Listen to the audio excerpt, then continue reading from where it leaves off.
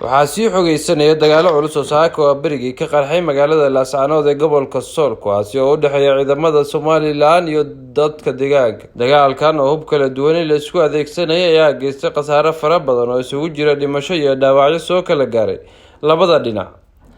meydadka ayaa la sheegay inay daadsan yihiin goobaha lagu dagaalamay qaarkood halka dhaawacyo fara badan la gaarsiiyay goobaha caafimaadka ee magaaladaasi. dadka ku dhintay ayaa waxaa ka mid ah askar ka tirsan ciidankii ilaalada u ahaa wasiirka xanaanada xoolaha Somaliland Siciid Sulub iyo sargaal magaciisa lagu sheegay Maxamed Cali Xirsi Afgaab oo ka tirsanaa jamhadda ACC.